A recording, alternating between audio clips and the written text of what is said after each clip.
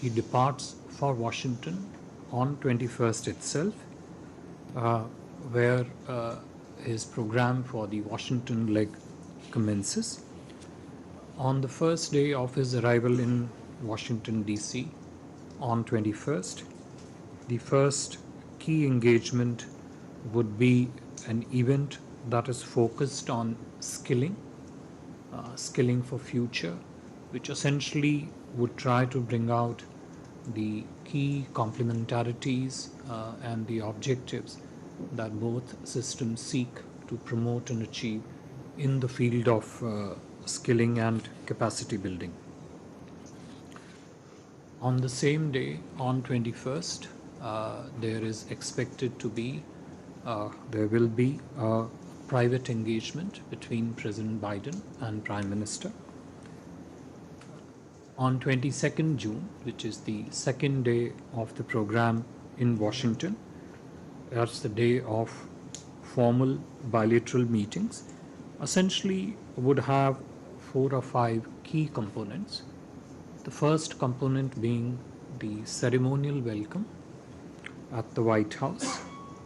The second component being a set of bilateral meetings between the two leaders, as also the accompanying delegations. The third component is Honorable Prime Minister's scheduled address to the US Congress and the congressional reception thereafter.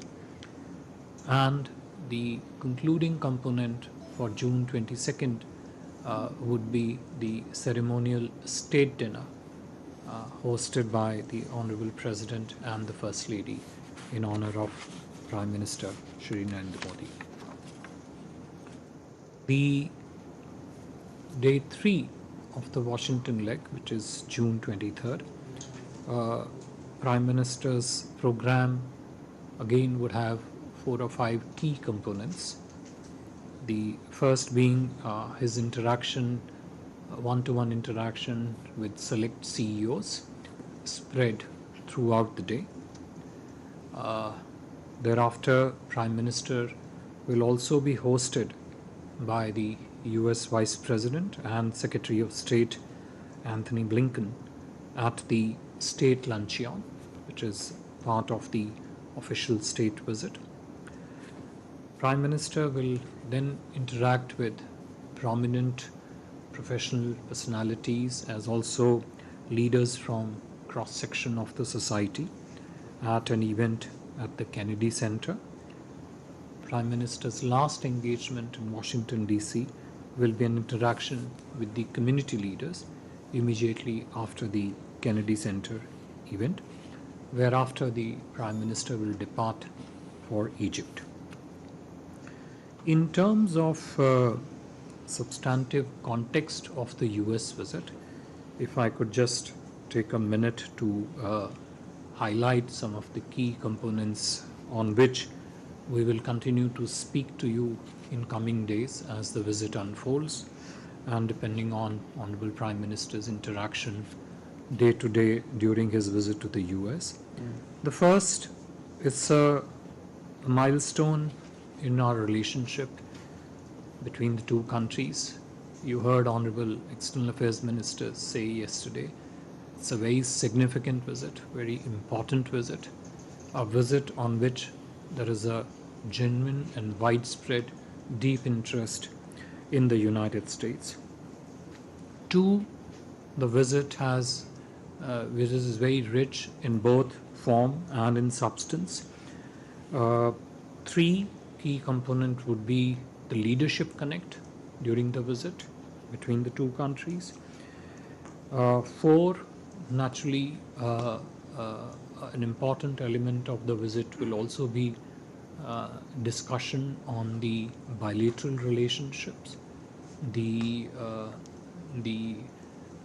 line of effort, the objectives that we set for ourselves in terms of looking at next series of transformative agenda items in years ahead.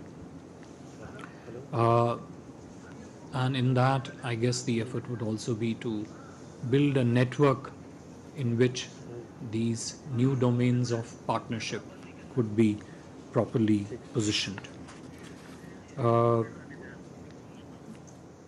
I must mention here that Honorable Shri Narendra Modi ji would be among the rare few leaders, world leaders, to have been accorded the honor to address the US Congress more than once.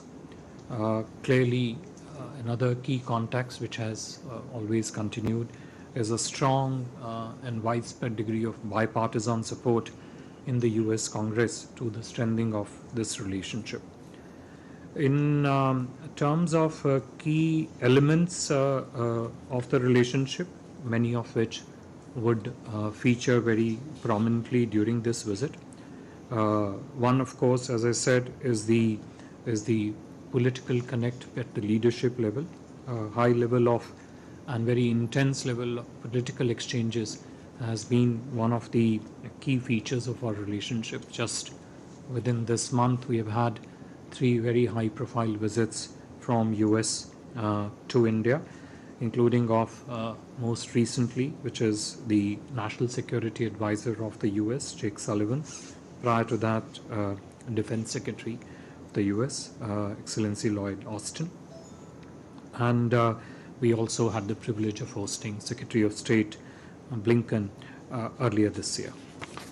The second key component which has been a very strong pillar of our relationship has been strong trade and investment partnership.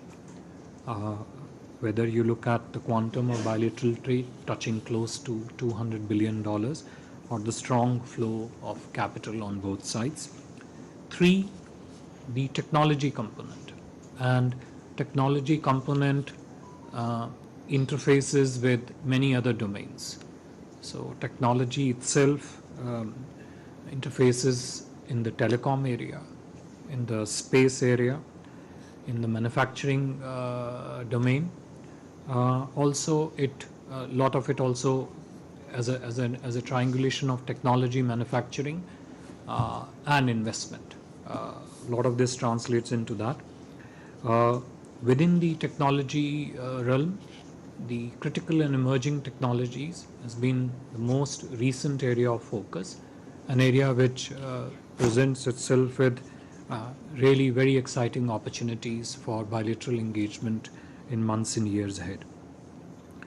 The next key component which will also be showcased prominently during the visit is the bilateral defense cooperation. It has been a critical pillar of our engagement, and within that a new element this year we expect during this visit we expect is the progress on defense industrial cooperation roadmap, which essentially takes us on the path of how the defense industries on both sides can partner closely, both in not just in the field of co-production, co-development, but also do it in a manner that the supply chains on both sides in this field, the industrial ecosystem broadly speaking in the field of defense, could talk to each other, could cooperate with each other far more intensely.